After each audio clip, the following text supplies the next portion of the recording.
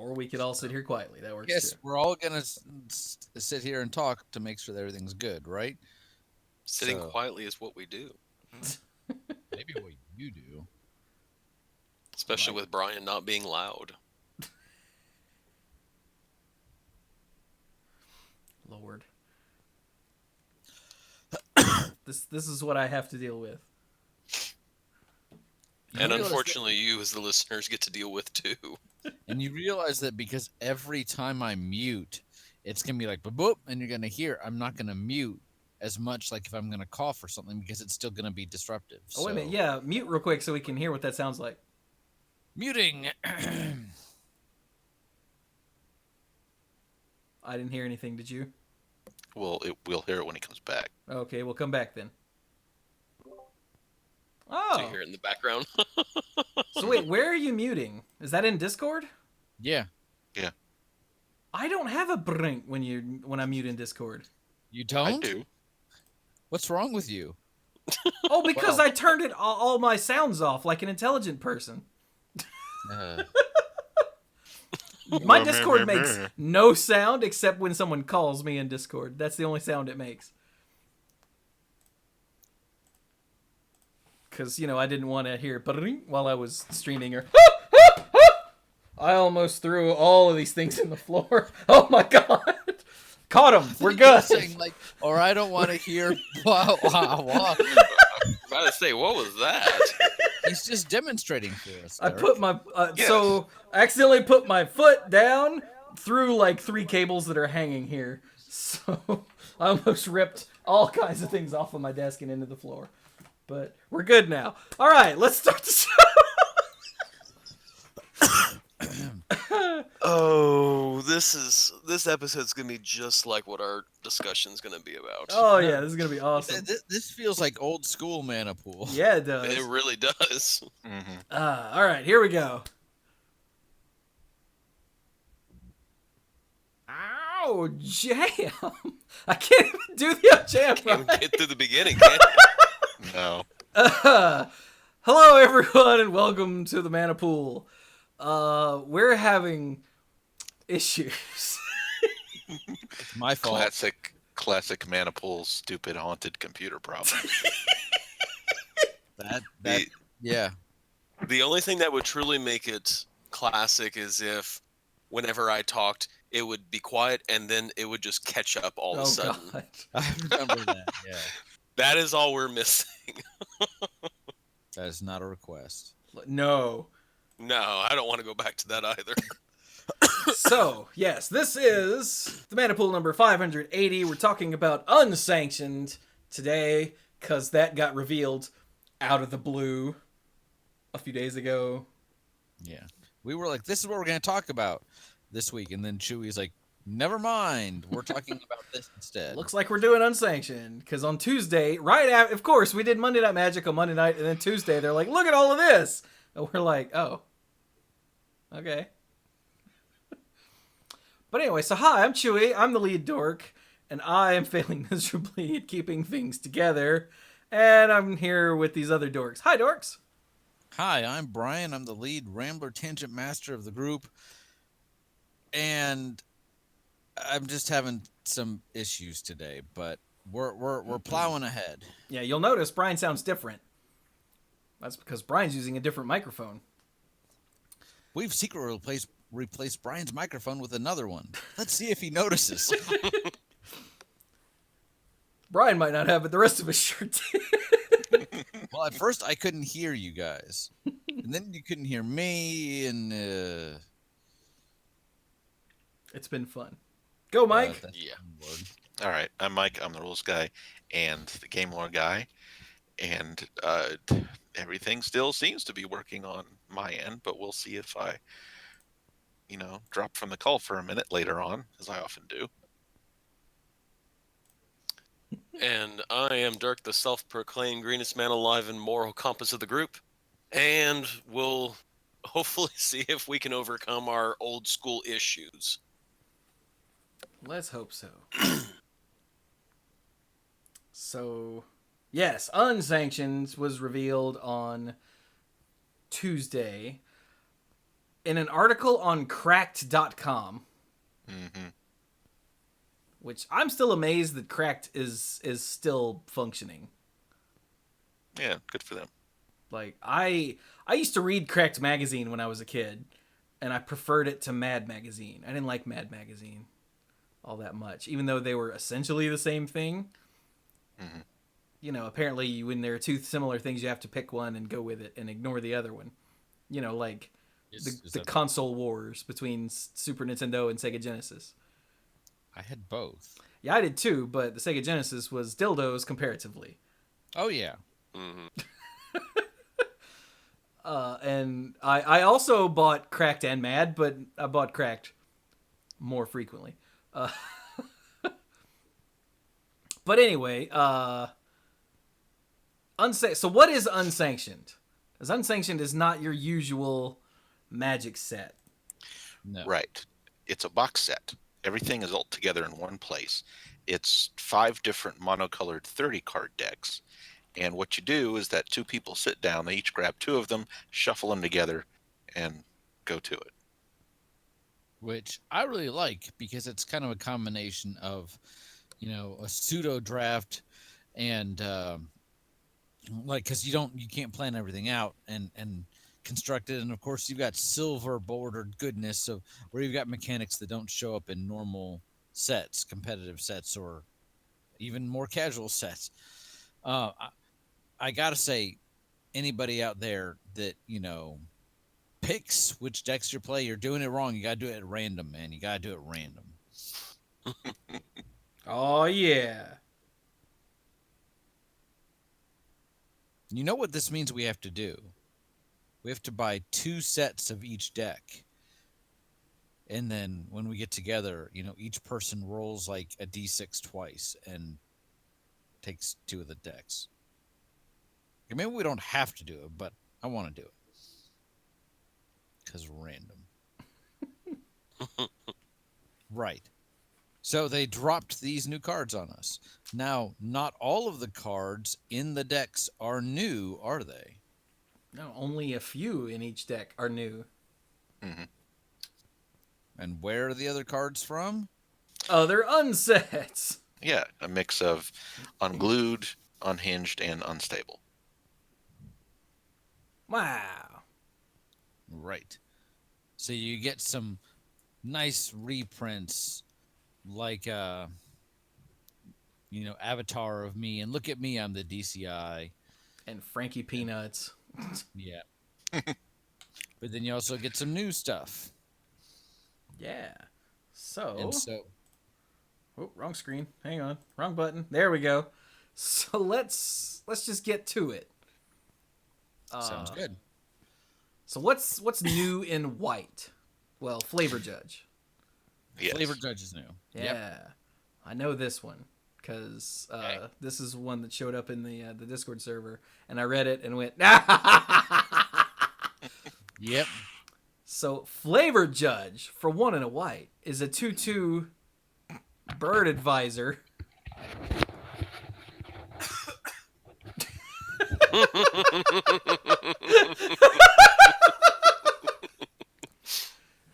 We're laughing because Brian apparently just took his headset off to cough. You could tell that? Yeah, it was pretty obvious. Wow. I think thought maybe you should use the mute button. I Yeah. thought I was being all slick. Oh, Oh my Okay. god. Okay, so is a 2/2 bird advisor that says tap. Choose target spell or ability that targets a permanent you control. Then ask a person outside the game if the story of what will happen makes sense. If they say no, sacrifice Flavor Judge and counter that spell or ability. And the flavor text is, and now they're trying to make a brick wall on my property, fight a dinosaur to the death. Yep. So, who all, when you read this, had flashbacks to when we were playing Yep. Magnor's Stack? Yeah. Yes. Oh, So- man. So, Yeah, so Magnor Creole, whose real name escapes me, but hey, That because is he's his real name. Is it escapes yeah, you? um, sent us a stack of uh, a bunch of cards, a lot of which were custom cards that he had made based on our exploits, and we played it, and it was glorious, and we need to do it again at some point. Yeah, we Uh, do. but there was one part where I played a flavor fight card, which is normally a sorcery, but I had a Vidalcan Ori or something out to play as an instant, and basically made the case that these two which one would win in a fight, and I picked Mike's guy or Chewy's guy, and You there picked was Chewy's guy. yes, but we had a little bit of a discussion about it at the same time too, and it was a lot of fun to be like, hey, and I don't think Mike liked it very much, but Because it made me lose the game. well, yeah, but I mean, come on, it was pretty awesome. So, I'm I did reading it. have a valid in-game reason for being unhappy with the results. Yes, whatever. But um, but so I read this and I'm like, yeah, that took me back to that. So Those were good This times. one takes me back to when Mike made a fog bank, attack. Oh, wait a minute. I just Hey. heard Dirk echo in Brian's headset. Yeah, I heard something you say several minutes ago, but it was just subtle. I'm hearing us all echo now. oh. Great. Hey, Brian, can you turn your volume in your headset Yeah. down a little bit so that it won't be so loud? Yeah. How's that? Test. I mean, fine, as long as you can hear us Fast! talking to you. Yeah, I can still hear you. It's a little softer, so I got to really lean into it, but I'm good. You have to lean into heads. Yes, I'm leaning into it. Okay. First, he takes his headset off to cough and thinks he's being all clever. And now this. Anyway, so that's flavor challenge. But there's a variant. Is it called Kangaroo Court? Yeah, there were some people I knew in high school who liked to play that every once in a while. Yeah, It where could be a real slog sometimes. well, obviously, yeah, you have to have like a group of people around essentially to be the jury. But Kangaroo Court is where you can make flavor arguments that things aren't right. And so Flavor Judge just takes an aspect of that and turns it into a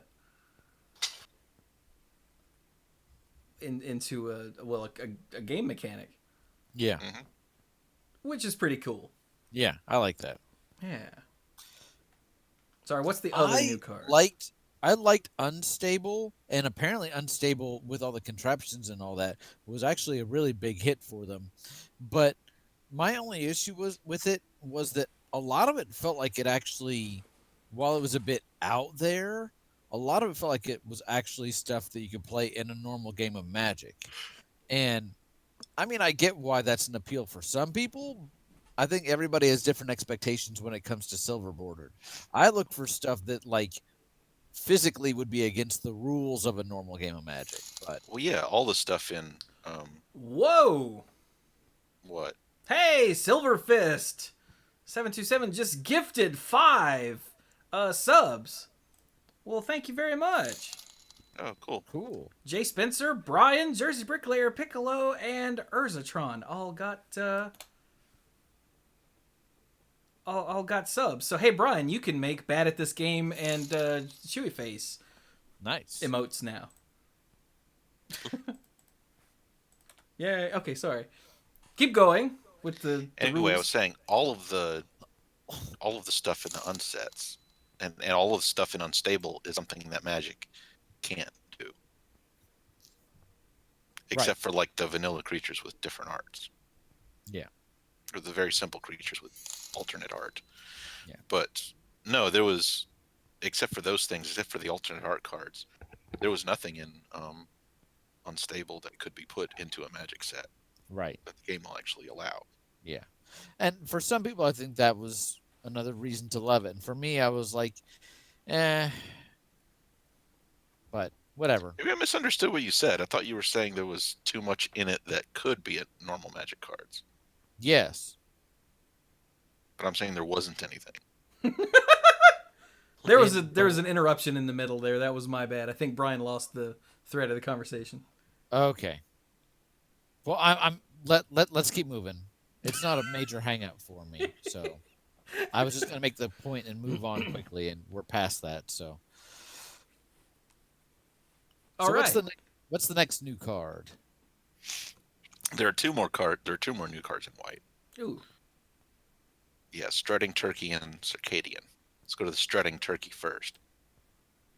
It's a new host creature. It's a bird, and for 3 and a white, it's a 2/2 uncommon. And I guess rarity doesn't actually matter here. No. When this creature enters the battlefield, exile target creature card with converted mana cost 2 or less from your graveyard. If it has augment, combine it with a host you control. Otherwise, put it onto the battlefield. Huh. Well, that's neat. Yeah. So as a reminder, all of the hosts, when you augment something onto them, when this enters the battlefield part of their ability gets pasted over with something else. So now the rest of their ability can be part of a different triggered ability, could be part of an activated ability. It just depends on what the augment card does. Right. Yeah. I dig very much the build your own creature thing. Yeah, he does. So now you can make a strutting other thing. Well, it'd be a something turkey. An adorable turkey. Oh, right. The host. Yeah. Like a No, humming. you can't with paste the- an adorable kitten on top, but you can paste a humming on top, so it'd be a humming turkey. A humming turkey. It'd be a bird. Oh, that's right. Man. A creature bird. That's not so weird. Now, this other one caught my attention. It was the very first one previewed in the Cracked article, and I'm like, oh, all the puns, because some of these have puns, but some of them really take it to the next level. It's Circadian Night Owl. Okay, I have to admit, I have not read this card yet. Okay. Come on, man. Yeah. Like, just from the title, Circadian. Really? Yep. Oh, my So God. for 3 and 2 white, it's a 4/4. It's a bird knight. It's a legendary bird knight. It does not always have flying though. Wait. Yes, I know. Night out. Oh, come on. Boo! Yes, Knight Life Link. So it's a 4/4. It's got it's got Sarah Angel stats, but without flying all the time. Night Life Link, because the nightlife. Boo! Damage dealt by knights you control also causes you to gain that much life. So it applies to all the knights you control. Pay a white, Circadian Night Owl gains vigilance until end of turn. Activate this ability only from sunrise to sunset. So during the day, it has vigilance. Pay a black, he gains flying until end of turn. Activate this ability only from sunset to sunrise. Okay, you know what? That's so cool that it makes up for Circadian and Nightlife Link. And the art, for those of you listening to the audio version, one, you should totally come watch us live on twitch.tv/themanapool on Thursday nights, or check it out on YouTube, the video version. But it's an owl in armor. Like, he's got a knight's helmet, and he's even got a sword held in his claw, in his talon. Come on, man. I especially dig that the plume in his helmet is a feather. Because he's a bird. I don't think I even picked up on that part. Oh Yeah. my god. This is awful and hilarious and bad, and I hate it and I love it. The fact that they made it the first card to show on this really set the tone for me. I'm like, all right, we're getting back to it now. Wow. Welcome back to Silver Bordered Land. Right? We missed you. Boo! You're booing because you love it. And you know. I'm booing because it's bad puns. All right. So that's the... real quick, they brought back such classics as, well, let's just run through the white cards real quick. Because the 5 packs are monocolored each, right? Yes. Okay, so the stuff in the white one are the 3 cards we just rattled off, and then Adorable Kitten, AWOL, MC, Frankie Peanuts, oh my god, Go to Jail, Humming, the augment creature, Knight of the Hokey Pokey, Look at Me, I'm R&D, Look at Me, I'm the DCI, Old Guard, Ordinary Pony, Staying Power. Mm-hmm. Oh, and that's it. Oh, they put the power level errata in the text of Ordinary Pony's ability. Oh, they did? Yeah. Non-horse. Yeah. Exile target non-horse creature you can control that wasn't put onto the battlefield with this ability this turn. Oh. I think we actually mentioned that in previews that we for unhinged that we're like, wait a minute, Unstable. unstable. We're like, wait a minute, this feels like this could be a combo. Yeah, it did create a stupid infinite combo within the set, and Mark Rosewater issued some power level errata for it. Okay. So blue. So blue. Now, there's Hey. one thing we have to mention in blue first, and that is that Topsy Turvy has actually been downshifted in rarity from rare to uncommon. And when asked, hey, why did you do that? Mark Rosewater gave the best answer I've ever seen. Do you know what it is? I do. Hey, What's Brian, can you guess? What would I- make this not be rare? I'm not sure what. So on rares, they have the little hollow foil stamp in the bottom. Uh-huh. And they said there was no way to get that in the proper place. Oh. So they just downshifted it to uncommon, so it didn't need that anymore.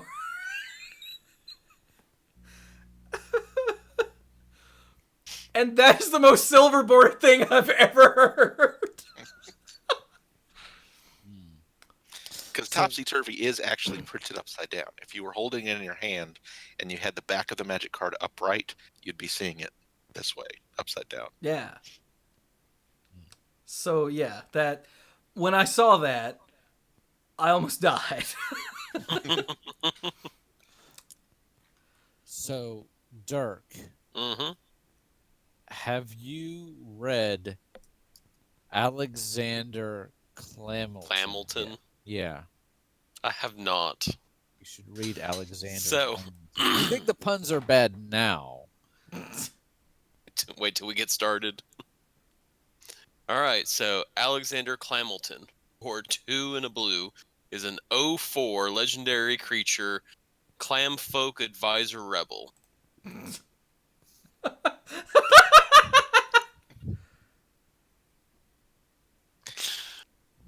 Whenever you cast a wordy spell, scry 2. A spell is wordy if it has 4 or more lines of rules text, Ah. which goes for this card.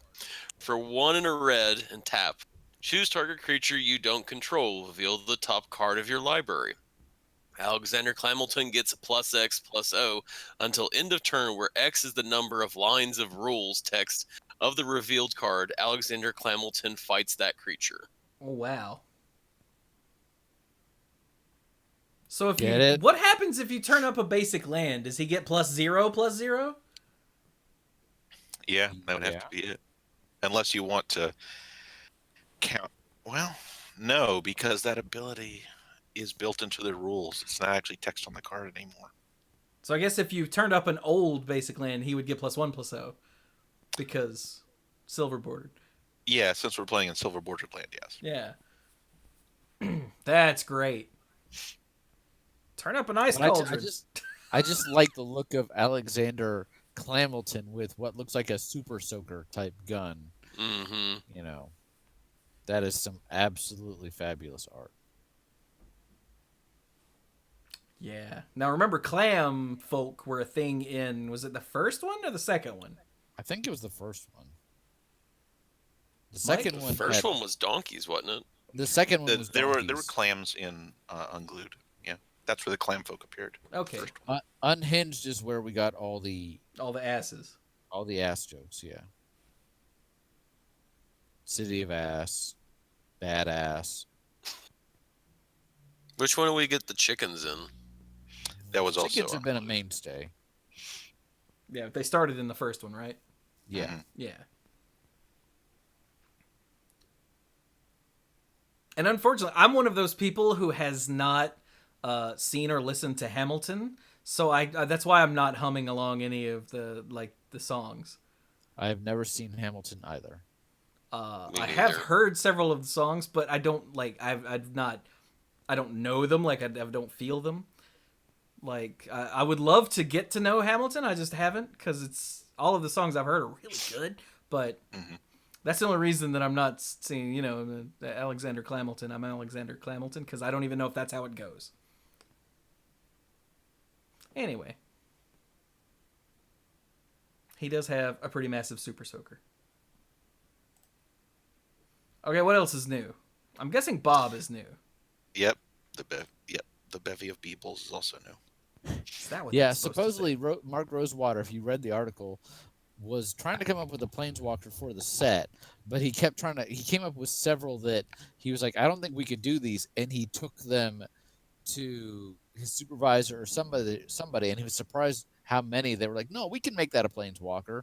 So he's like, how about a group of Beebles? And they're like, yeah, no, you can't do that. So he's like, okay, great, into the unset.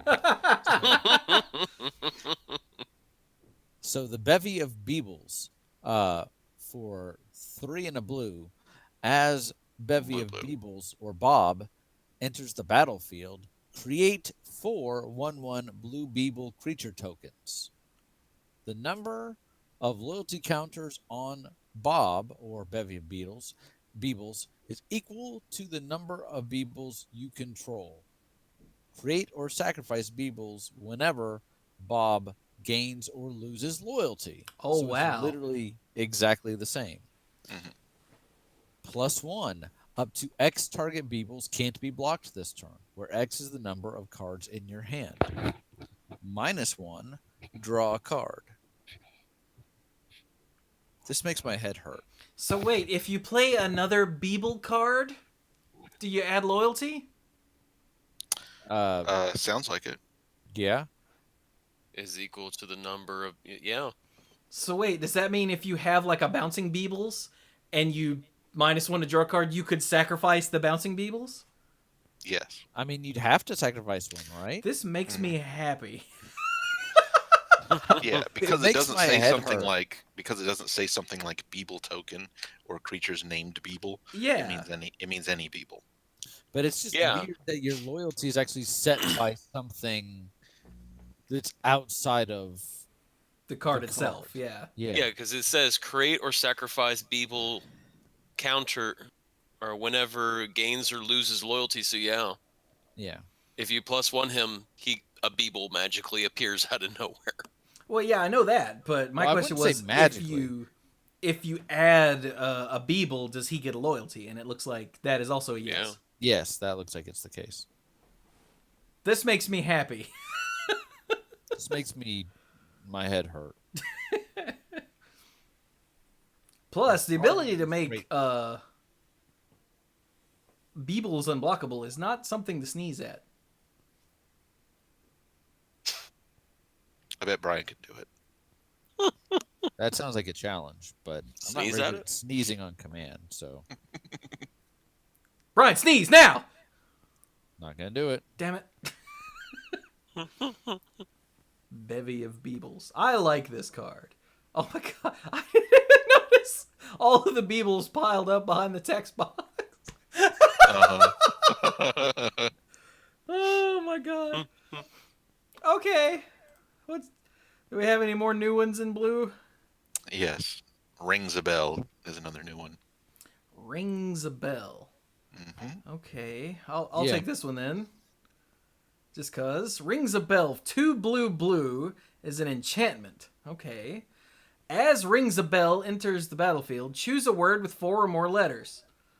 You know, like, I can't say that on the show. After you say the chosen word, for the first time each turn, an opponent may ring or imitate a bell within 5 seconds. When no opponent does, draw a card. Oh my god. It's,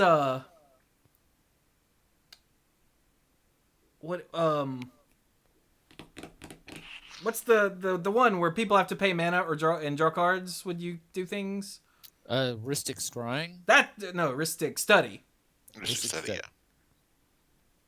So it's like Ristic Study, but not. It's kind of like Ristic Study meets Cheaty Face. And instead of mana, it's annoying. Yes. But it's only once a turn, so it's actually not that bad. Mm-hmm. Yeah. Yeah. Oh, Okay. this Yeah. card would Wolfie just be says it so feels like annoying. reverse gotcha. Yeah. What was that, Dirk? I said this would be so annoying because if you chose the word magic, What? Yeah. Like I like the Scuzzo word said, I target. choose. Jay Spencer said, I choose untap. I would choose attack. Yeah. Attack is another good one. Yeah. Any sort of magic word, not like Alakazam, but any sort of word that you use all the time in Magic, people are gonna wait. miss. So What? four letters. that's terrible. That's the Okay, best. I missed that. What happened? Mike gave his choice. What was that? What? Oh. See, I was gonna say actually, I think the worst one would probably be draw. It's like, all right, untap, upkeep, and draw my No, I'm thinking card. it's untap one word or two. One word. It's one word in Magic. Oh. Ding. I kind of like even something simple like y'all. Okay. Okay. If we're gonna do that, we could go with people's names. It Because doesn't every say. It single one of doesn't. us here is 4 letters or more. It doesn't say that it's not proper nouns. Is it? It says choose a word. Yeah. Hey, Mike. Ding. Oh, Stark has another good one. Sure. Oh, this is awesome. Oh, it's awesome, but it's also incredibly annoying. And doesn't that make it more awesome? For everyone else. Oh man. Whew, okay.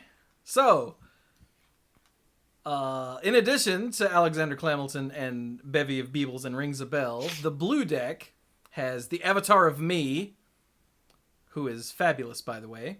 Mm-hmm. Carnivorous Death Parrot. Cheaty Face, a classic. Chicken a la King. Common Courtesy.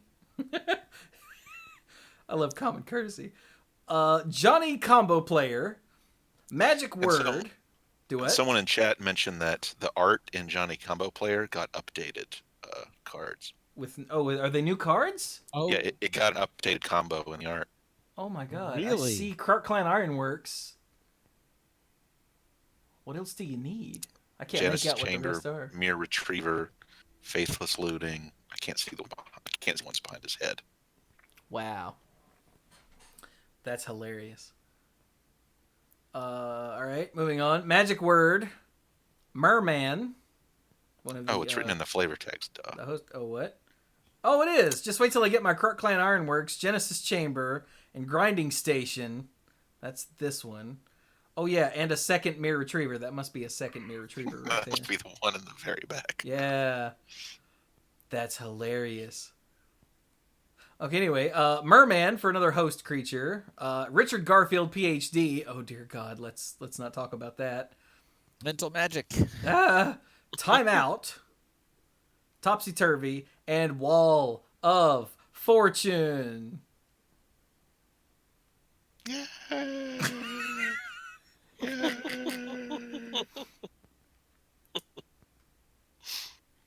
Man, I still love common courtesy. That just makes me happy.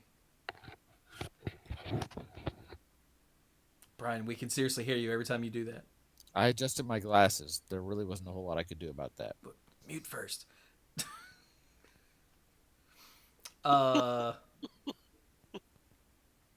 Let's see. What else? Is that it for blue? For blue? Mm-hmm. I mean, is there anything else that we should talk about in blue? Other than how awesome Cheaty Face is? I would have been able to sneak that foil Cheaty Face onto the battlefield if people would have just waited a minute and given me some time to do it. You remember that weird game that we were watching some other people we had just met play at one of those big pre-releases? Oh, I think yeah. Someone had a foil Cheaty Face in their binder, and I was trying to figure out a way to sneak it onto the battlefield of a game that his buddies were playing. But they didn't give me enough time. Whatever. Mike's so cute. Okay, so black. My biggest disappointment in black is that Spike isn't here because we got Timmy, Johnny, and Richard Garfield, but we don't have Spike. Yeah. Yeah, the problem is that Spike gets cards from outside the game, but this is kind of an in-the-box thing. Maybe that's why they didn't want to do it. That's Yeah, that makes sense. But then again, Booster So Tutor does gets Booster stuff from Tutor. outside the game, so I don't know. But Spike isn't actually like fun. I almost like no. spikes themselves. Oh! 'Cause I remember playing a little two-person Winchester draft with Gabe, and each of us had a Spike in our deck just because of the stuff we opened. And in one of the games, he played one on turn 1 or 2, and used the ability to go get an Umezawa's Jitty and just walloped me. Walloped. Walloped.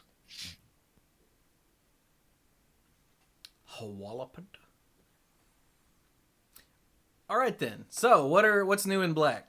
So new in black, we've got a legendary squirrel. Have you seen the legendary squirrel, Chewy? Is it this first one right here? Yeah. Yes. I haven't read it, but I'm looking at it. Dirk, you should read it. It sounds like, if you can. A cornucopia. What? A No. Filcher. A Cornelia. A Cornelia. Mhm. Yeah. I thought it was a cornucopia. Yeah, or a Nope. Cornelia. Fashionable filcher. Oh, first time I looked at this picture, I thought he was putting the acorns in a toilet. I can see why you would think that. For 3 and a black, it's a 3/3 legendary creature squirrel. Whenever you cast a spell with a squirrel in its art, you get it's an acorn symbol. It says an acorn counter. Huh, okay. Whenever a squirrel you control enters the battlefield or dies, you get an acorn counter. For 2 and a black, pay X acorn counters. Target creature gets -X/-X until end of turn. For green, pay X acorn counters. Target creature gets +X/+X until end of turn. That's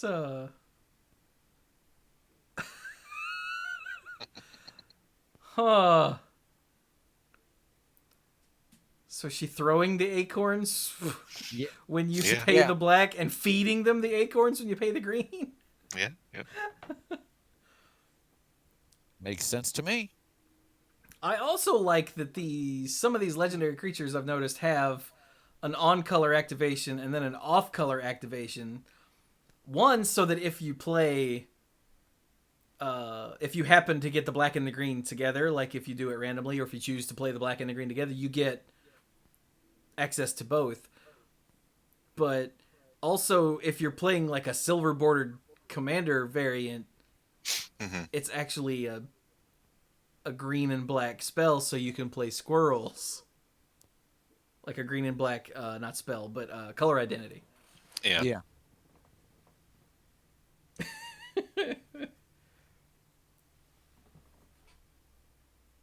That's really cool. I like that Acorn Counter got its own symbol. Yeah, one of the tokens has it.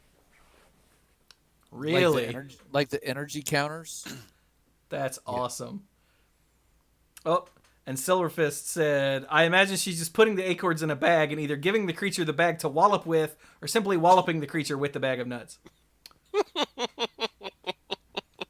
Yeah, I can see that. She's like, here you go, dearie. Go hit that one. Or, here you go, dearie. Whap! Get big and strong. I like it. I like it a lot. Yeah. I like it too. All right, so what's another black creature or black card or black? The next one is the Bat Augment. Oh, really? Yeah. Oh, okay. So it's the Bat Augment. So it's got some text on it, but it's missing some stuff because it's really only half of a card. So its name is Bat. Its creature type is Bat. It has a black color identity. The augment cost is 1 and a black, and it gives the thing that you attach it to +1/+1. All right, so it has flying, and it has the first half of an ability. At the beginning of each end step, if an opponent lost 3 or more life this turn. I get it. So, for example, if you augment this onto the strutting turkey we talked about earlier, it would be a bat turkey.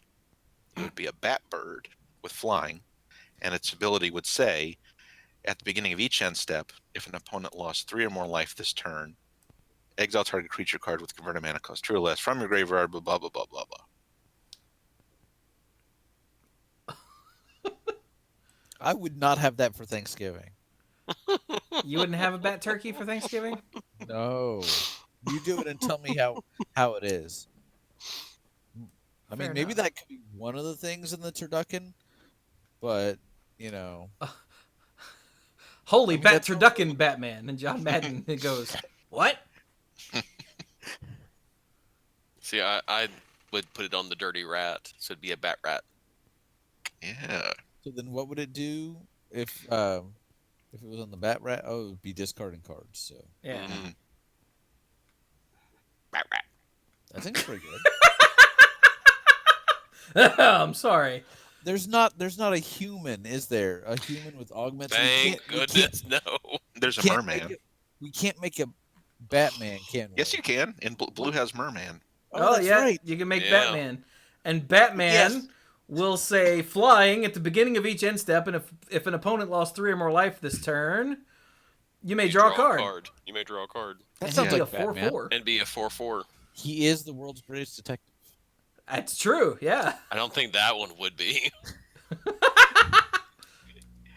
Hey, if It'd be that a thing, wing that- trying to get shoved through with a if that thing picked you up foot. and took you to the top of a rooftop and said, "Swear to me," you would be doing whatever you wanted it to. Yes, do. sir. Oh my god. Okay, what's the other new black card? The other Right. black card is amazing. It's amazing. It is oh come on, I love this cycle. It's Infernius Spawnling the Third, Esquire. Spawnington. Infernius Spawnington the Third, Esquire. By the way, 2 of my co-hosts are incapable of actually reading names on cards. Apparently. It's so you true. know. So So it started with the Infernal Spawn of Evil originally. yes, Mm-hmm. which was a demon, then they changed it to beast. And then there was the Infernal Spawn of Evil, which was a beast that they changed back to demon because they were back to making demons. And I'm not even. Is this a demon beast or it's a beast It's demon? a beast demon grandchild. Grandchild. Yeah, It's a demon because beast that got errated to beast demon. yeah, So, have you noticed that the old guy in front is the mouse from yeah, it's the the other two original. arts? Yeah. He's the first one, and now we've got 3 generations here, and for 10 and a black, it's a 9/9 with flying, first strike, trample, and haste. It costs 3 generic mana less to cast for each card you've revealed this turn. That's really weird. Well, it's based on how the others work. When Infernius Spawnington the Third Esquire enters the battlefield, you may say, "I'm here." If you do, it deals 3 damage to target player. But the others, the other 2, which are in the deck, I believe, Yeah. both have abilities where you can reveal them. So Oh yeah, that's true. But it also works with things that you reveal that aren't those two. sure. But I thought that was awesome. Yeah, and the flavor text is pretty great. See evil, hear evil, speak evil. Oh man, Ron Spencer, you're my hero. He's the artist for all 3 of these. I mean, we've seen the art, and of course, the art doesn't match at all with what this is trying. With these, the evil that these cards are imparting. And in the article where they had an interview with Mark Rosewater, apparently what had happened was that somebody submitted the art for the original Infernal Spawn of Evil as a joke for another card, and everybody laughed about it, but they held on to the art. And when he was putting together Unglued, Mark was like, "I'm going to use that art." So, haha. I just love them. They're so cute and yet terrifying. There's a rules question in the chat, Mike. How does this work with Metalworker? I don't remember what Metalworker says. I was looking up the Oracle text for Metalworker, but I assume it uses the word reveal, and if that's the case, then it works great with Metalworker. I mean, any of the aren't there like the Brine Seers and other those cards that are reveal cards of this color from your hand? I mean, look at Booster Tutor.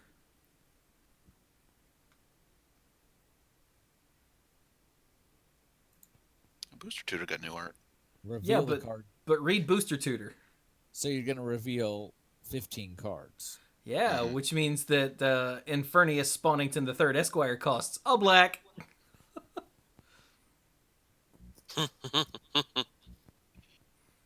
So yeah, good. That's really cool the way, and I like the Booster Tutors in here, just because it's a classic, and also it works really well with Infernius Spawnington the Third Esquire. And yes, you have to say the whole name every time. Well, sure. But yeah, I just really like this card. I like these. There's something about them that just really tickles me in the right way. Maybe. It's because they're all fuzzy. I guess. So those are the 3 new cards. Mm, I assume there's only 3 new cards in each color, right? looks like it. All right. So the rest, we have Booster Tutor, Dirty Rat, Duh, which... Oh, my God. Enter the Dungeon.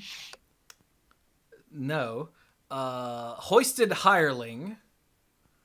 The Infernal Spawn of Evil and the Infernal Spawn of Evil. The Inhumaniac. Jumbo Imp. Poultrygeist. Skull Saucer. Snickering Squirrel. And Stinging Scorpion. Good old Poultrygeist. And Skull Saucer. Oh my god, dude. I love Skull Saucer. Skull Saucer's awesome. I had 2 Skull Saucers in my deck at the pre-release, and it was amazing. Yeah. I would just, when I would play one, I would just get down out of my seat and crouch at the edge of the table and plop my head right there on the edge and keep on playing. Like It's you do. fantastic. Destroy target creature and put your head on the table. I love it. No body is ready for this kind of power. Correct. Nobody knows. Oh, wait, no. All right, so red. Red. Hey, Dirk, have you seen the abstract iguan art? I have not. So abstract iguan art for 1 in a red. It's a art lizard. That's a 1/1. It's an art lizard. What? Sorry. Another moving piece by the artist El Gecko. Get it? It's a moving piece, but it's also a moving piece. Oh, I hate every... Boo! So its text says, whenever you cast a spell, note the first letter of its artist's name. If that letter wasn't already noted, put a +1/+1 counter on abstract iguan art. Man, Zoltan Boros is going to be getting a lot of people an extra +1/+1 counter.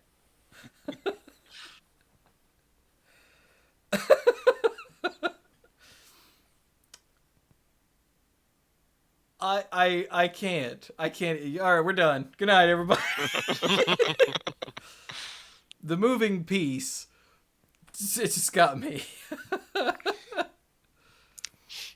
Yeah, I didn't get the fullness of that until you guys discussed it just now. Wow, that's pretty good. Oh, God. Hey, Mike, what do you think of Boomstacker? I think Boomstacker is pretty good if you have a steady hand. So, Boomstacker for 2 in a red is a 0/0 Goblin Artificer. As Boomstacker enters the battlefield and, whenever it attacks, stack 2 dice on top of it. The reminder text says all dice must be stacked vertically, one on top of another. Boomstacker gets +1/+1 for each die in its stack. Boomstacker attacks each combat if able. When the stack falls, sacrifice Boomstacker. So it starts off, he's a bear, because he's Yeah, a 2/2 for 3. A Grey Ogre. I mean, a gray ogre, thank you. And then when you attack with him, he's now a 4/4, Mm-hmm. but he's very precarious. Yes. I recommend D6s. Yeah, D4s are not going to be your friends here.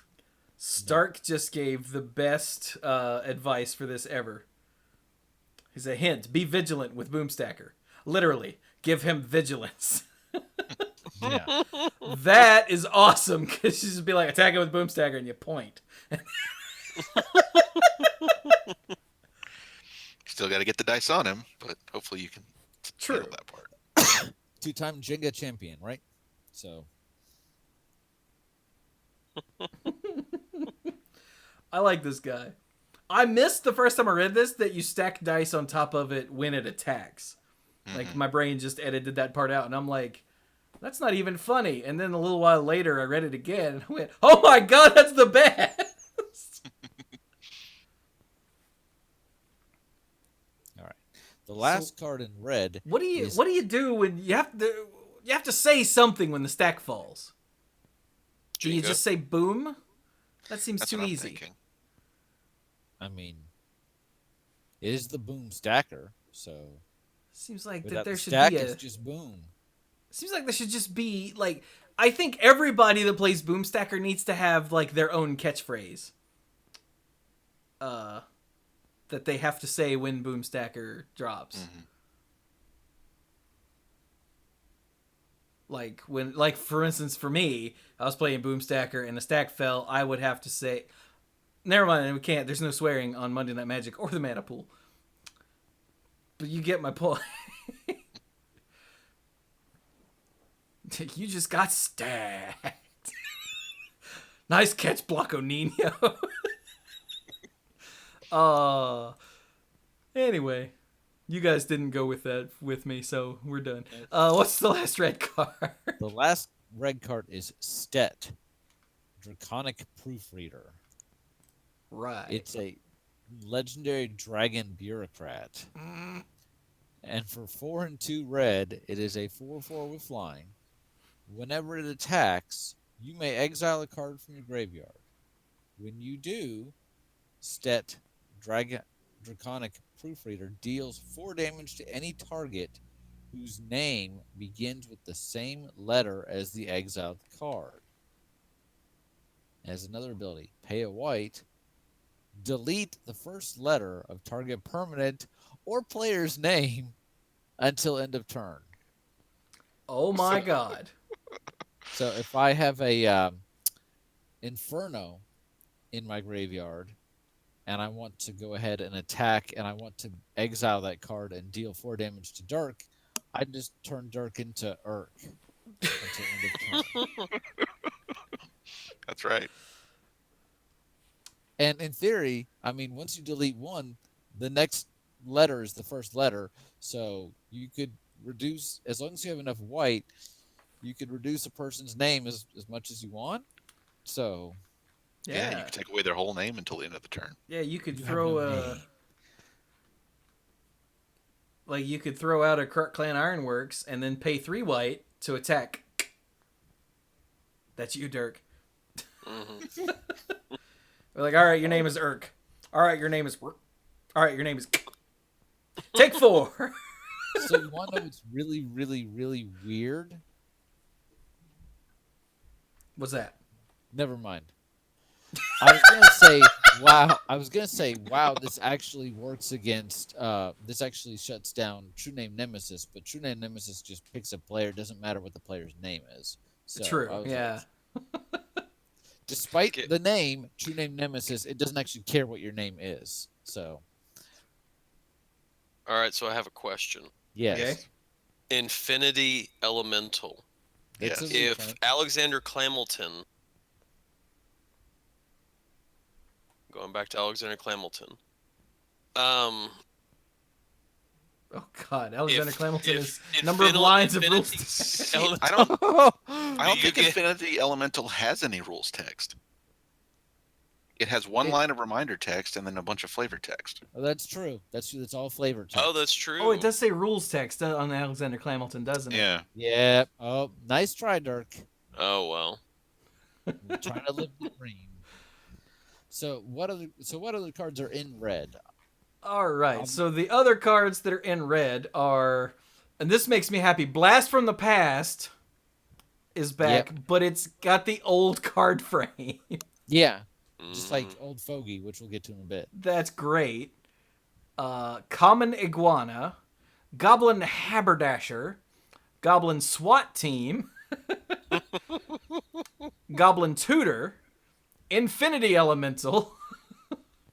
By the way, this creature has infinite power! Paniac, the Sick Sea Beast, ooh, Ugh. starring Ben Kingsley, Strategy Smategy, Super Duper Death Ray, and yet another Ether Vortex,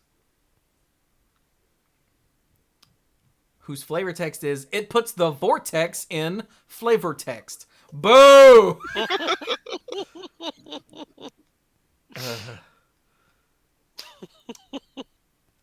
So yeah, that's red. Good stuff. Oh, be careful about playing your Goblin SWAT team with when you have your boom stacker out. Your opponent swatting the table will probably dislodge the deck. Probably. Just use a little bit of super glue. No one will I notice. just still love Strategy Smategy. Oh yeah, That's from original. That's unglued, right? I think so. yeah, it is. Yeah. I love to pay 1 and a red to do nothing. That's rare if I've ever seen one. Man, if I had a nickel for every time I paid 1 in a red to do nothing. Not even playing silver bordered, just in life. Yeah. Oh god. All right, so moving on. Let's go to green. Oh, what's new in green? Pippa. All right. The first one appears to be Pippa, Duchess of Dice. All right, what's a Pippa? So Pippa, for 2 and a green, it's a 2/2 legendary human noble. There's 2 activated abilities. 2 and a green and tap, roll a 6-sided die. It becomes a green die creature token with power and toughness, each equal to its result. Holy crap! Yeah. That's good stuff. Yeah. And the other ability is 2 and a blue, tap, re-roll any die. And the reminder text is, activate this ability only anytime it makes sense. That's because you're usually rolling a die during the resolution of some other ability, so you wouldn't normally be allowed to activate this, but all silver bordered cards have like an extra bonus line of reminder text that says, play this card as if it works.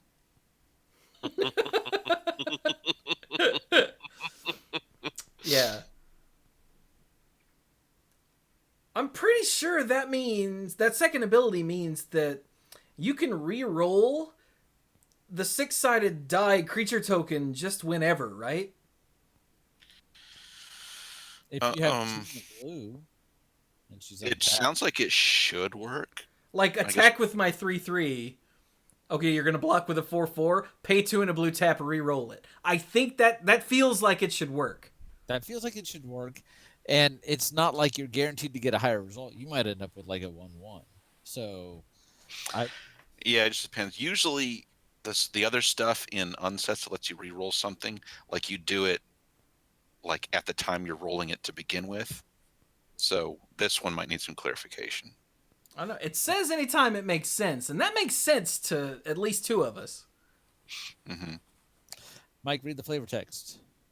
It says when it came to following her orders, it was do and die. Boo!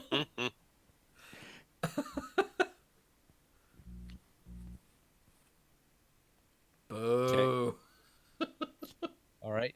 Next, we have Spirit of the Season. For 1 and 2 green, it's a tree folk spirit, and it's a 3/3.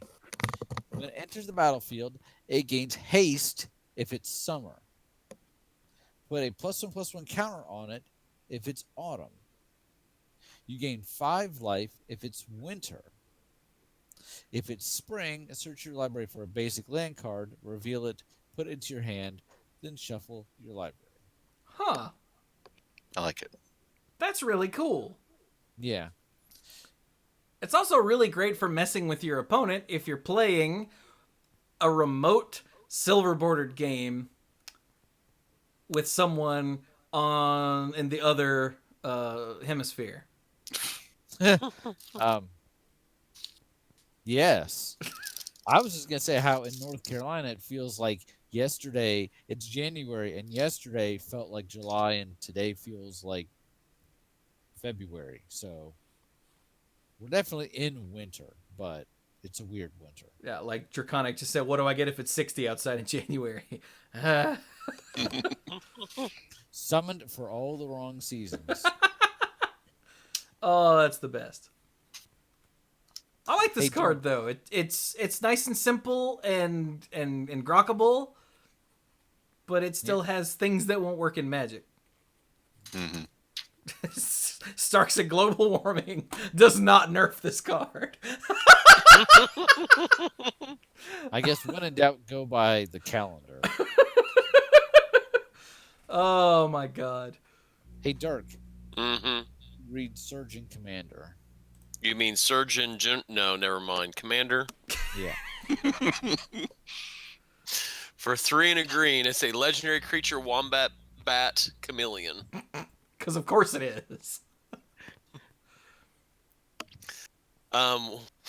Whenever you augment, enchant, or mutate a creature you control, draw a card, tap, add Wooburg. Oh no, add white, blue, black, red, or green. Yeah. It's a slight difference. Yeah. So, and the flavor text is likes augmentation, fluffy animals, creative templating. And And if it's you a look 3-3. at the art, he's like a doctor, and because he's a surgeon general commander guy, and he's got a today I feel chart, and usually like That happy has face, sad face, shark, and it's like monkey, pig. The tiger, frog. What's that last one? Is that like a It's- lemur? No. Tatar? What? It's I like think it's a Tatar. What the hell's a tatar? yeah, it's some kind of bush baby lemur thing, but I can't remember the name that Dirk's searching for.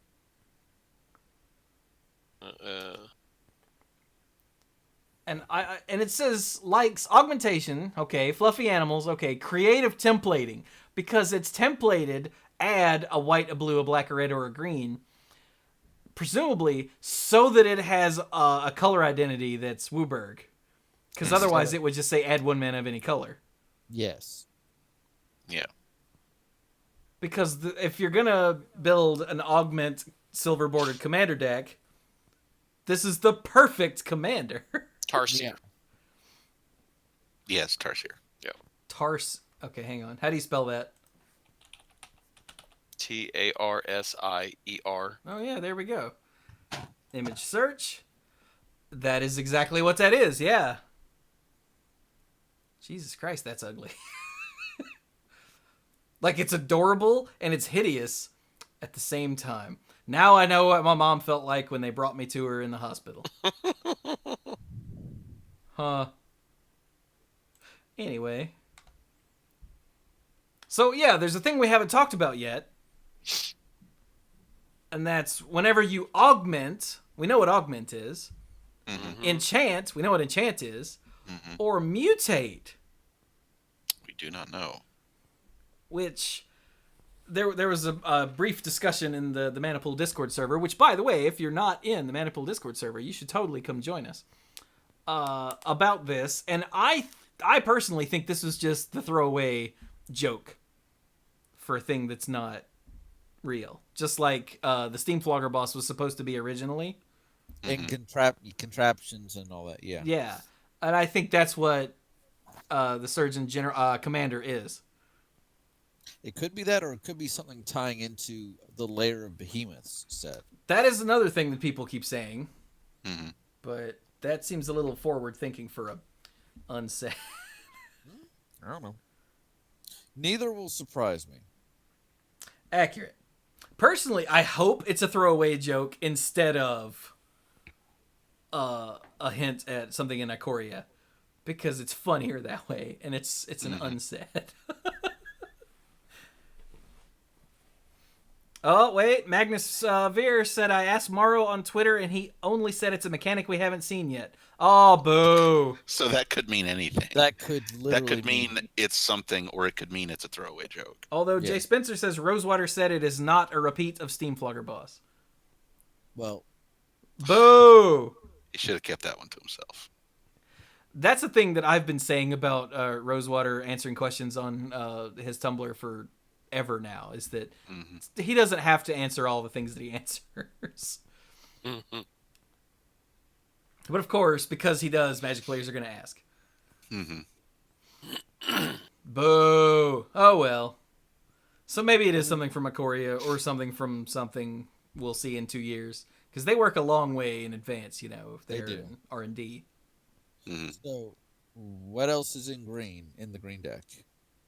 Oh, well, let's see. We've got BINGO, the Elvish Impersonators, the Free Range Chicken, Growth Spurt, Half Squirrel, Half, that's an augment creature, Mother Kangaroo, that's a host creature, Old Fogey, again in the old card frame, which just makes me happy. And now we have other dinosaurs. So What is that in the background? That's the time machine that was Yeah. also printed in Unhinged. yeah, Okay. Oh, yeah. The Slaying Mantis. which has one of my favorite mechanics called Just a Second. Squirrel Farm. New art on Timmy Power Gamer. Hmm. And Wild Crocodile, a host creature. I kind of like the new Timmy. Yeah, I do. Yeah. It's interesting. Nothing about the mechanics of Timmy and Johnny can't be done on a regular Magic card. You know, they're just silly and slightly overpowered. But at the time, what qualified as a joke or qualified as something that Magic cards wouldn't do, they were just working with a little bit different definition for some things, I guess. Huh.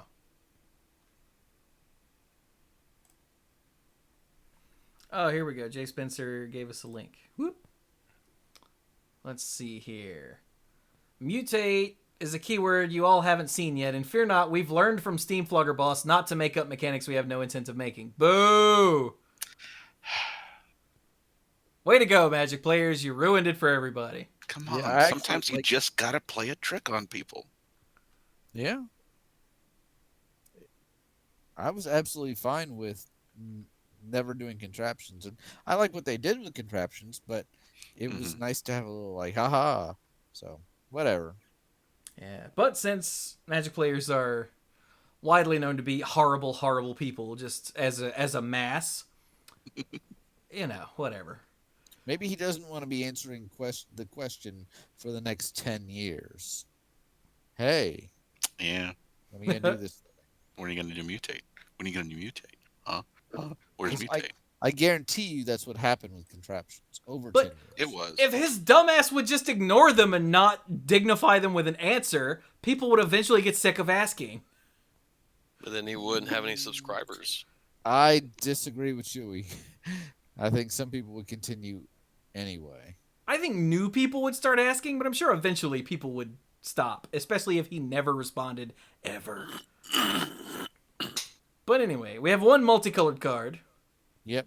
Which is the classic split card. Who, what, when, where, why. They have yet to print how, but, you know. And then we have artifacts. Are any of the artifacts new? No. Okay. I didn't think so when I scrolled through them, but I wasn't entirely sure. So we've got the bronze calendar.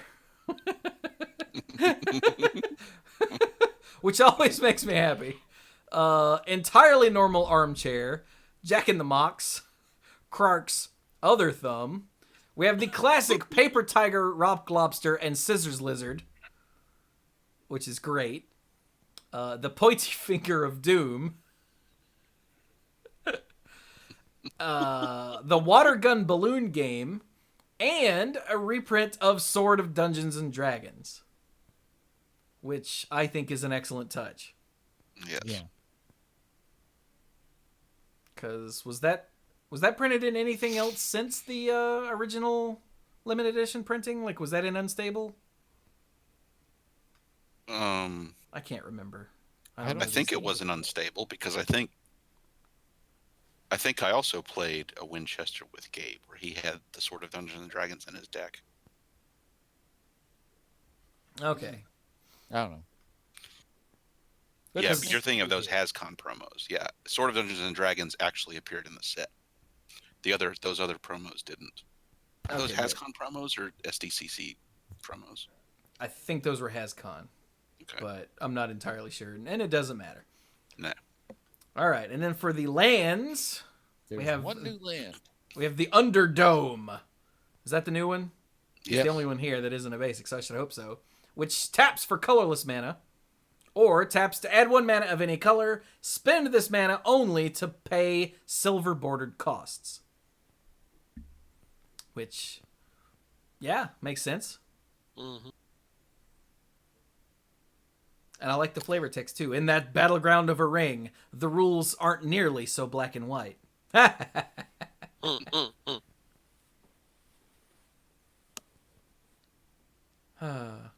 they're silver bordered. Yeah. And then, of course, because it's an unset, we get the new full art lands, which don't fit at all, but they are absolutely gorgeous. Mm-hmm. It's Blue one is the expected. best. It's just expected. Yeah, this island is beautiful. This plains is gorgeous. The swamp is even cool. The mountain is bizarre, and the forest is Tranquil. actually don't like the forest at all personally. This is the first time I've actually looked at these. And the conventional border lands all have Hidden squirrels. hidden squirrels. So let's see. In the white one, it's right there in the clouds. The blue one, it's part of the island. Oh, he splayed out on his tummy. Mhm. The black one. It's in Isn't the that water. the leaves Is down it the in the leaves bottom right left? here? Yeah. Yeah. The red one. Oh, Upper he's right the area. right mountain.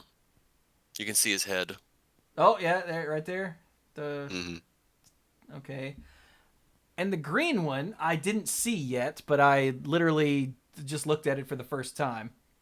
Yeah, I'm having trouble seeing it in this resolution. I don't know where it is. Oh, it's in Oh, the negative space. It's up the top. yeah. Mike got it. It's like that picture of the people with the trees around it, and it's a fetus. Yeah, this is a squirrel. You mean the old woman? You mean that- the young lady? No, the old woman. I was actually talking about a completely different picture, but okay, sure. Okay. Yes, that one too. Is it a rabbit or is it a duck? Is it pink or not pink? Or Taylor Swift? No, wait. Who? It's blue and black. It's gold and white or black and blue. Stark said right after you said that. What was the audio one? Like somebody said something, and you supposedly heard either one thing or the other, and Laurel or Yanni? Laurel or Yeah. Yanni? Yeah, that was sound the one. nothing alike, and it was definitely Laurel. There was no Yanni. I think if you heard Yanni, you were clinically insane. So It depended on how you were listening to it and which of the Insane. frequencies you heard. And also, it had something to do with your actual hearing. Like, Uh-huh. I'm pretty sure I have a bit of hearing loss, and I think that contributed to whichever one I heard. I don't remember now. Yeah, like I remember, like I heard it on TV that morning and it sounded definitely one way, and I heard it on my computer later in the day and it sounded definitely the other way. Yeah. Also, another one I listened to, all it did was swear at me. So I think that one might have been doctored, or my hearing is really bad. Anyway, so that's unsanctioned. So I am well documented as a person who does not like playing the unset cards. But I think I would make an exception for this. Cause this is just some classic stuff. Yeah. Like there's a difference between trying to incorporate silver bordered cards into otherwise regular games of Magic, then it's like, okay, yeah, that's funny. But if you're just playing a silver bordered game, that's something totally different.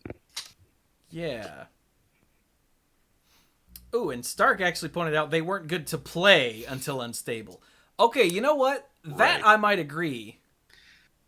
Unstable was actually designed to be like, okay, let's make this play like a Magic set, but right. let's use, good good modern design philosophy to do this. Yeah. Un- I love Unglued the was full of stuff that concept. was just random and weird and I love bizarre. the Unhinged concept. had like the gotcha griefer mechanic that wasn't actually fun. I do like that Brian kept trying to interrupt you and you would not let him. That makes That's me happy. Yes. Yeah. He's standing up for himself. I'm so proud of you. No, I as much as I love the concepts behind the first couple unsets, as from a playing perspective, definitely unstable. It's the best. Cool.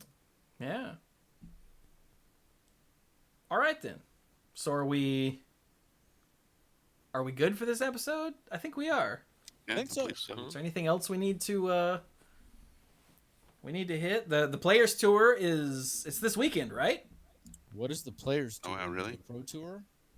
Yeah, it's formerly the Pro Tour, then the Mythic Championship, and now it's Players Tours, which are not. It's actually the Players Tour finals. Is that what they're called, or actually the big ones? Players.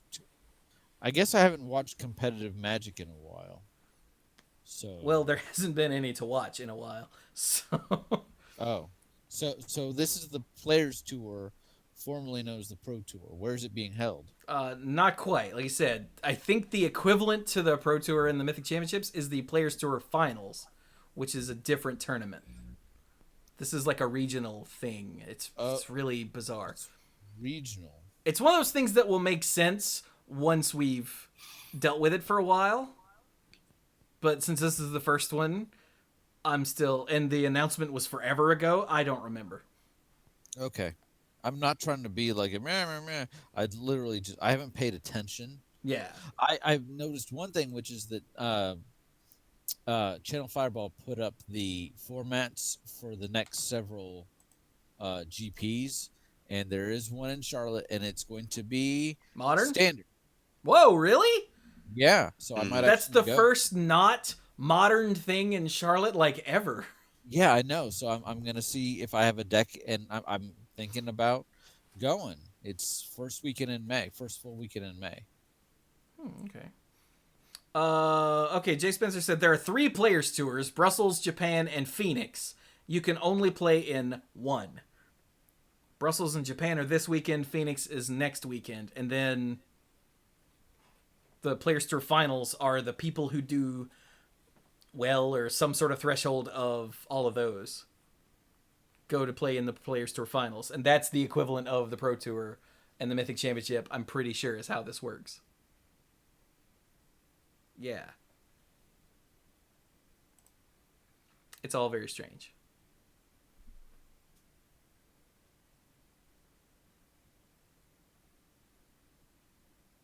Anyway.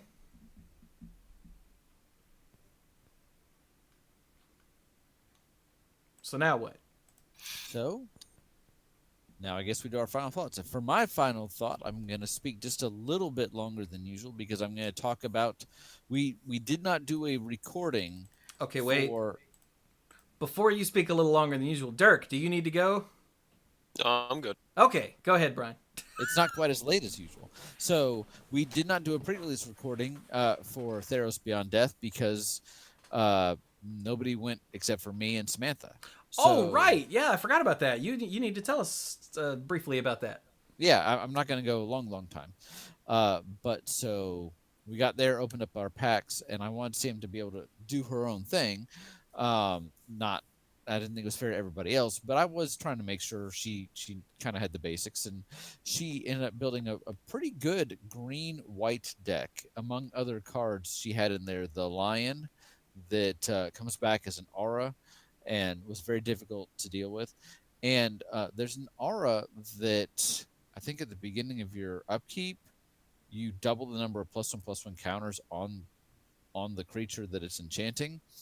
And at one point, she said her lion was like a 27/27 or something. Yeah. And she didn't have any mythic cards, but she did pretty well, and she ended up going 2-2. And I actually got 2 mythic cards, 2 gods, a Perforos and Erebos. Ooh. Nice. Yeah. So I ended up being mostly red and green, and for like a round or two I was splashing black just for Erebos because I'm like, when things die, and I'll use it as a sack outlet, and it just really didn't do a whole lot for me. And Perforos only got turned on like literally twice the whole day. It was mostly an enchantment that said your other creatures have haste, and I was perfectly okay with that. So I'm not going to do a round by round breakdown. I ended up being 3-1. But I will say, as a whole, the format felt slow. like much slower than it felt for what was the last Eldraine? Torn of Eldraine. Yeah, and there were some bombs, but nothing felt like Oko oppressive. I didn't see any Shadow Spears, so that might have been it. Um, but it felt like there was a good balance between creatures and removal this time. Nothing felt really like way out of whack. So I had a great time. Sam had a great time. We tried to do a draft over a draft weekend, and Saturday we called ahead before we went over there, and they're like, "All right, if you guys come, that'll be 6 people," and we're like, "Sweet," and we drove the half an hour to get over there, and 2 people had come off the list since then. And then somebody else got off the list when the storm was like, "Hey, who wants to draft?" And somebody's like, "Oh, take me off the list." And we're like, "Huh." So we stuck around for an hour, and then it was down to like 3 people, and we're like, "Yeah, I'm not going to keep her out all night." So it was a little disappointing that we didn't get to draft, but yeah. Otherwise, it was a good time. Awesome. Most succinct pre-release report ever, but I don't have my notes in front of me, and I wasn't planning to take a whole lot of time with it anyway. Maybe that wasn't longer than my usual, but again, slower format, lots of fun, decent amount of removal, but not so much that the set felt. It just feels really slow. I don't really know how else to describe it. Just didn't feel like games like were over very quickly. Well, that's good. Yeah. Well, I'm glad you guys had fun. Yeah. Sorry you other guys couldn't make it, but I know things come up. Yeah, it happens. Yeah. So I still wasn't feeling very good. glad you're feeling better now. Thanks. I was So am still, I. I was still broken, working on climbing out of a brain hole. Which, hey, I did. Good. Didn't I stream Skyrim Saturday night? That might be what helped like hoist me the rest of the way out of it. Was that Saturday? I think that was Saturday. I've never Skyrim? played it. I've heard very good things about it, so I love that game. Which anyone who's been listening to the show for a long time knows that I love me some Scrim, because I used to talk about it every week. Mm-hmm. But anyway, Dirk. So, my final thought is not going to be magic related. I have been sorely disappointed in things that I really, really love recently. Like that time you found a rusty nail in your ice cream. Yeah, like that. I have been a huge Star Wars fan for a very long time, like very, very, very long time, and the whole canon redo really just I am even to this day still recovering from that. Like making the extended universe legends and blah blah blah. And so Rise of Skywalker, though not being a terrible movie, it disappointed me. am I gonna have to come across this table? No. Okay, good. And then as Wow, the Brian. discussion with the guys from I'm kidding. recently, I'm kidding. yeah. People are And allowed to have then with different opinions. I wanted to test his resolve. So it's one where if we not on this and wasting everybody's time, but yeah, I could go through a list of reasons why the movie did not live up to my expectations. But then this week we've already had this discussion on the pre-show and all about Warcraft Reforged and the utter devastating disappointment that has been. It's bad. It was before you got here, Brian. It's before all the fun stuff happened. Apparently, not only is there no connectivity, but it's also a god-awful, buggy, crappy, not what they promised mess. Which I didn't know until Dirk told me. It's like and then we looked it up and it was bad. It's like Warcraft meets the SimCity reboot.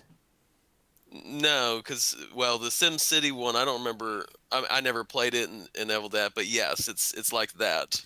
The SimCity was really, really hyped, and then like the most recent version of it, and people were like, yeah, it's great, it's gonna be great, and then they released it, and like within an hour of it being released, it was unplayable. So something like that. This is playable, but just barely. But do you want to? So That's the thing. I've already seen pictures of Warcraft Refund instead of Reforged. That's how bad it is. that's too But bad. so far, the only things that have come out recently of franchises that I have absolutely loved has been BattleTech. Oh, is that still around? Yes, because Mech Warrior 5 came out, and I have not gotten a chance to play it, but the people who have streamed it, they've had. If you're looking for an in-depth story with, great, voiceovers and actors and all that, this is not the game for you. But if you're wanting to play a game where you're in a machine which can blow up the environment and blow up everything around, it's an amazing game. And so that has kind of lived up to the expectations that's been something that has sort of grounded me, that there's at least one franchise that has sort of been able to do what has sort of been able to maintain its roots. Wait a minute, I missed And what franchise we were talking about. I missed the BattleTech. transition. BattleTech. Oh, okay, gotcha. Because BattleTech, like, the game came out some time ago, and that was actually really good. MechWarrior 5 came out, I think, last month or the month before, and like I said, there are parts of it that are not great, but if you're in for a game where I don't care about the story, I just want to get into a machine, 100-ton machine that will just blow the crap out of whatever I'm pointing my guns at, Yay! that game will definitely live up to your dreams. And so that's sort of been one of those things where I've been disappointed in a lot of my franchises, and now I totally understand why people are huge Tolkien fans, because at least Tolkien left something that stays static and the way you imagined it and doesn't disappoint you. Just don't watch the Hobbit movies. Well, fortunately, many of us, that's long enough ago that some of us can just sort of write off and going, I don't know what you're talking about. These are not the droids you're looking for. So, but yeah, I understand now the quality of, people loving J.R.R. Tolkien stuff, because at least in that regard, it's eternal, it stays great, and you don't have to look at it and go, oh man, what kind of crap are they going to come out with this week? Sort of feeling. So that's my random thought for the night. Fair Sorry enough. you're feeling disappointed, yo. Yeah, Reforged really just screwed the pooch on that one.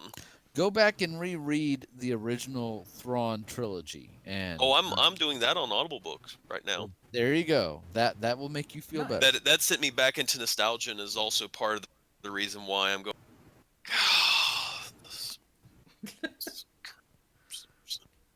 And put me into the mood of, why do they have to go and do that? Lord. I never have, not to pick on you, but I never have understood that mindset. Like, just because they said movies from here forward won't have anything to do with that, it doesn't mean that those stories got deleted or that you can't still enjoy them. All that says is the new movies don't have anything to do with all those novels. We've had this discussion before. That was so- on an odds and ends, though, so no one got to hear it. Let me ask you this question. So if you knew that, like, if you were living in this life, but if you knew that an alternate universe, that you were a successful millionaire who had a family and fame and power, would you not sort of feel like, where did I go wrong? Yeah, That but I'm Luke not Skywalker doesn't know about that. In the movies, doesn't know about that other Luke I know, Skywalker. but I do. I look at it and go, Han But and Leia had 3 kids. Okay, wait, question. Dirk, were you Yes. ever a fan of DC Comics? No. It shows. because DC Comics prepares you for this, because every decade or so DC Comics goes, everything you know deleted, starting over. yeah. So Chewy's already been hardened against this. Yeah, this has happened to me twice, and then I stopped reading DC Comics, but it was too late. Like, I get where you're coming from, but Dirk, if you enjoy the books, then just enjoy the books. Honestly, I feel like doing what they did was the really only way to go forward, because I agree. But it was the logical thing to do if they're going to keep it fresh and do new things. But at the same time, it's the case of, you get attached to characters only to find out, okay, that never existed. I got You're you. But you know what? I'm gonna be on Dirk's side if this Firefly remake happens. I'll be right there with you, Dirk. all I'll say is, never did they say, or should you take it to mean that the old books are in any way illegitimate? Just because they are not the direction the movies are deciding to go, doesn't mean that they don't, in and of themselves, create this other universe. And if that's the universe in your parallel, in your example, basically with this media, you get to pick which universe you're in. So if you discover that in this other universe you're a millionaire with 12 kids or what, I don't know, whatever you're looking for, then get in your dimension machine and go over there and live that life. Just do it and enjoy it. That's all I'll say. Seriously though, if the Firefly remake happens, I'll be right there with you, Dirk. Is that actually a thing that they're doing? It's a thing that I've heard rumors about here lately, and that worries me. Ah. Yeah. All right. Anyway. Well, like I said, that's my final thought. Fair enough. Okay. Mike? I know you all were wondering when I was finally going to see it, and I don't remember whether it came up in conversation, but I did finally see Rise of Skywalker. I was so hoping you were going to say something ago. from like 3 years ago. Like, yeah, I finally saw Force Awakens. What? Like, No, I finally did see Rise of Skywalker a few days after Christmas. When I was hanging out with family. No, or did I see it sometime after New Year's? I mean, same thing. Anyway. Sometime in or after that holiday thing that happens at the end of the year. Yeah, and I had two different reactions to it. Like, in and of itself, I liked it. It was great. As it fits into the rest of the Star Wars movie stuff, I have gripes. I have complaints, but I can see that. That- I really liked it at the time. Like, as soon as we were done, I'm like, that was great. And Brian was like, I think I like that better than Last Jedi. I'm like, you're dumb. But I don't remember saying that. I remember we started talking about it, and then you said, Brian, let's not talk about it. yeah. Because you wanted time to let it soak in. So I said, okay. Because, like, right after, we're gonna mention things from Endgame now. No, we're not. But right after Endgame, right? Like, the credits just started. And Brian was like, that was awesome. Except I don't understand this one thing. And I'm like, come on! Because that's how I react, is I just finished doing something I enjoy, and I want to discuss it. And that's how I enjoy it. That's not how everybody enjoys it. So Chewie said, don't do this. And I'm like, okay. Like, I stopped. For those of you that are lifeguards and you listen to the odds and ends, you've heard Bill and I discuss this in the past. Bill has two groups of friends that he goes to see movies with. One is the group of friends that they go see a movie and they're like, that was awesome. And then they go do other stuff.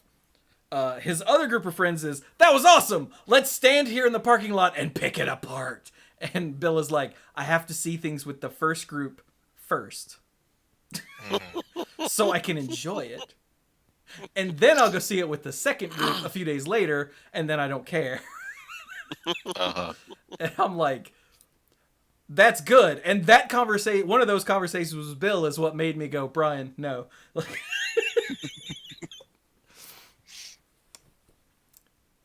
But anyway, yeah. And I think that's, as far as Mike's reaction, yeah, that's an absolutely perfectly reasonable. Yeah, Um, that's how I feel now. the only reactions I didn't like were the people that basically were determined to hate it going in, and that just doesn't gel with me. Yeah, no. So Yeah. I really enjoy it. I saw it twice over the Christmas break, literally once within exactly a week apart from each other. Words. Exactly a week apart from each other with two different groups of people, and Once was with me and Sam. Yep. And then once was with family in town. And my brother put it this way, no spoilers. He said he felt like the first half of the movie didn't know what to do with itself. And then the second half of the movie, it's like, oh, this is the movie I want to be. And it worked really well. And some people may agree with that sentiment. Some people may disagree. But I maintain that I enjoyed it. And if you didn't, so be it. The fact that you didn't enjoy it doesn't mean that I can't. And the fact that I did enjoy it does not mean that you have to. Yeah. We're allowed to have different opinions. What a concept. Unless it's about Star Wars. No, wait. Unless it's about Star Trek. Oh, yeah. There you go. Yeah, you know what? Star Trek Picard forever. sucks. I don't know. I haven't seen it. I've heard nothing but praise for it. But I'm just actually saying not- that just to piss people off. I'm not a Star Trek fan. I don't hate it. I never got into it. Oh, you're wrong. Anyway, so does that cover your final thought, Mike? Hell, I don't know. Probably. All right. Well, then let me wrap up with the usual nonsense. So, things that are being streamed soon. Hang on. I have to think. So, on youtube.com/themanapool, I just finished Link's Awakening, right? I think the last episode went up today, actually. Yeah. Cool. Yeah, so Legend of Zelda Link's Awakening is done now. You can watch the whole thing on YouTube. A huge thanks to Gothic for the game. That was amazing. I loved it. I'd never played Link's Awakening before, so that was great to get to play through it. Also on YouTube, we've got Galakrond's Awakening, the new thing, the new solo adventure. Will be going up. As a matter of fact, if you're watching this live, I'll be playing that on stream tomorrow, Chapter 2. And also going up on YouTube soon are another Hand of Fate video. Remember Hand of Fate? It turns out there was another video from a stream that I just never made. I was trying to clear up space on my hard drive, and I'm like, why is there so much data in this Hand of Fate folder? And I opened it up, and I went, oh no! So yeah, that'll go up tomorrow for those of you listening live. I also... Is that it for right now? That's it for right now, but I also recorded 2 longer Chewy vlogs. One was looking back at all the games that I played in 2019. And then the next one was looking forward for some of the stuff that I want to turn into content in 2020. So, yeah, that's 2 videos back to back. That'll probably be going up, like, I don't know, Saturday and Monday probably. Yeah. Something like that. But I've been trying to figure out how to do that for like a week. And I finally just sat down today and mapped it out and got that all done and made some notes a couple days ago, and yay, everything's good. So I did that today during the day, and yeah, so that's YouTube content coming up in the near future. Streaming stuff coming up soon will be, I'm gonna start Untitled Goose Game very soon, finally, now that I'm done with Link's Awakening. That'll be the next Switch game I play. And I guess that's it for the Switch. And as far as other streaming stuff, so I started streaming Skyrim now, as I said before. I think I said before during the show. That might have been before the show. I can't remember. But I started streaming Skyrim, and it's going to be a chill, hang out with chat, and do something that's huge and massive that there's no rush. And because even if I rush, there's no way to finish everything there is to do in Skyrim. There just isn't. But even if you do, you just roll a character that plays in a completely different way and play it that way. So I rolled a Khajiit character, and we're gonna do some Bless you. Do what? You said Khajiit, so I said bless you. Oh, thank you. Welcome. Well, it's essentially a Leonin, let's say. Oh, okay.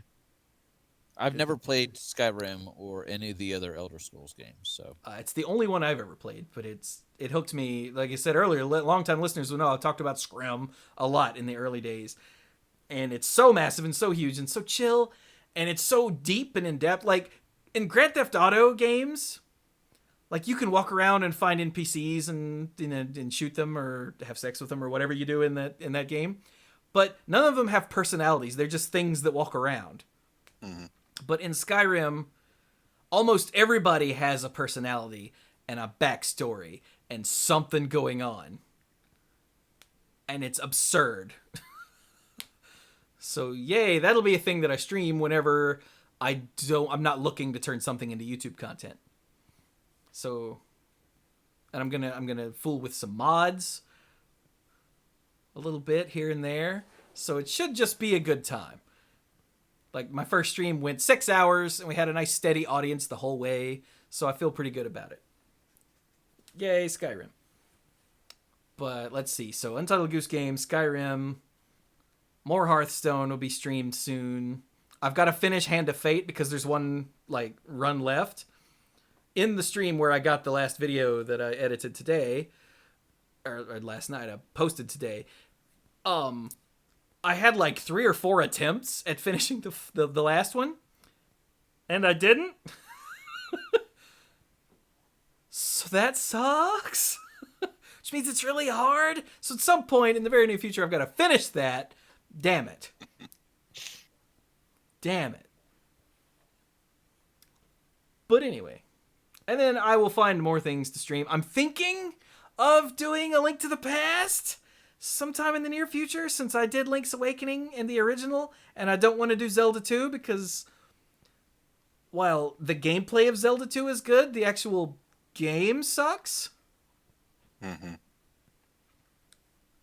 Like the whole lives thing and sending you all the way back to the beginning, and whenever you run out of lives, your experience resets to 0 to the next level, and there's just a lot of things that are bad about Zelda 2, even though the actual gameplay itself is fun. So I'm probably not going to do Zelda 2 because it's a chore, and I don't play games that are a chore.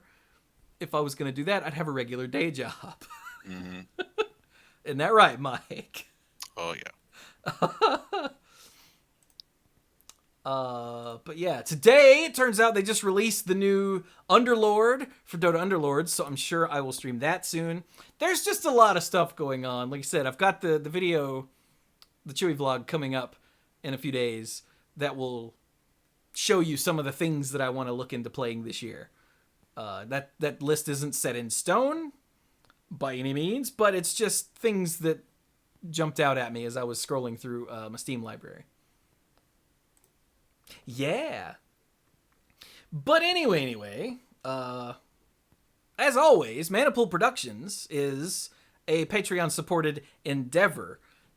So what is that? What is Manipool Productions? Well, that's one YouTube video a day, every day, sometimes 2. Not terribly often. That's the 2 podcasts a week, and that's all the streams throughout the week. All of which doesn't cost you a dime. It's completely free. But I gotta pay the rent and the bills and, shove food in my head and all of that. So, if you go to patreon.com/themanipool, you can sign up to become a lifeguard, which gets you a variety of perks. You can get Manipool episodes and YouTube videos early. You could get the access to the odds and ends, which, by the way, I'm getting caught up on, like, for real this time. I've got 5, 6, 7, wait, crap. 1, 2, 3, 4, 5, 6, 7, 8, 9, 10, 11, 12 from last year left to post. And when I post these, I do them like 3 at a time.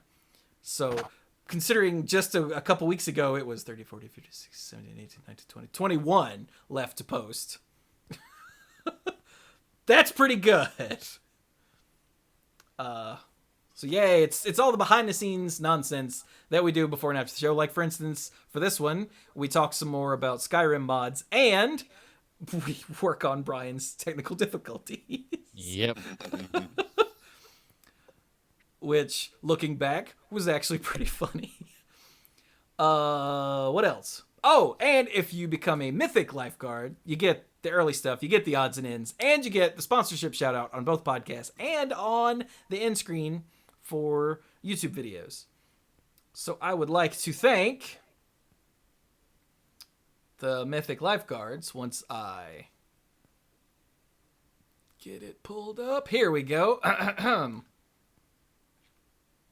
Are these... These might be in a different order. So, Patreon has a new manager screen. So yeah, I think these are in a different order. So yay, we get to all mix it up. Here we go. Kim Maho, Jason Doan.